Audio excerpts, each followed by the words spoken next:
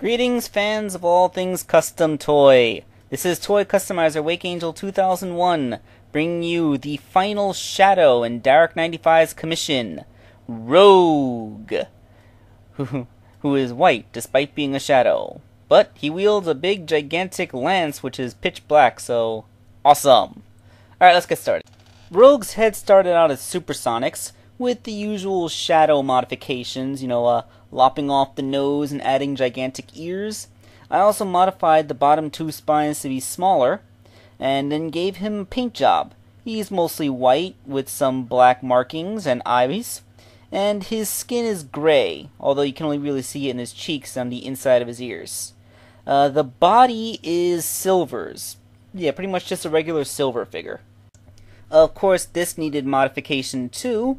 The two back spines were removed and replaced with one big one, and I didn't cut off the old tail, but used it as a root so I could sculpt on the new one, with this little three-pointed thing coming out of the spade, and he has a little crest that goes in his chest, which I made out of craft foam. This way, when the arms move forward, it won't accidentally snap off one of the, crown things. Then just give it a paint job, mostly white, single blue stripe on the underside of the big back spine, and some black highlights and the yellow crest. It's actually a pretty nice body. Now let's move on to the limbs. Alright, so the arms and legs came from a Tails figure, though I would swap out the hands for some shadow fists. Like the rest of the shadows, he has some forearm armor. In this case, he has kind of like a spike coming out the back of it, and painted gray and yellow. Yellow is another one of those colors that just doesn't like to photograph well. It looks too streaky, although in real life it doesn't look so bad. The feet received a similar treatment with the big old shin armor and a quick little paint job.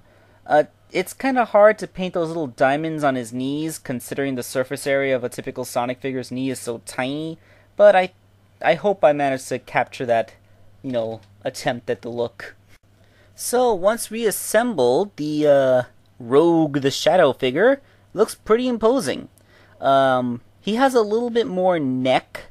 This is because he uses Supersonic's head, but Silver's torso, and Silver has a longer neck peg, meaning that the head doesn't go all the way down to the shoulders. But, I don't know, maybe he looks a little bit better with a neck, who knows? Now he just has one more thing. That big, gigantic, conical lance, which is made out of a piece of black craft foam, twisted into a cone and held together with hot glue. I know, it's kinda simple. Of course, once reattached to the body, it creates a nice Giga Drill Breaker look, which is pretty badass. This guy can make a pretty good display. And since the shoulder pads are made with craft foam, they're flexible enough that they'll just move out of the way if you want to point his arm upwards. So yeah, there's that. Alright, Toy Customizer Wake Angel 2001 signs off.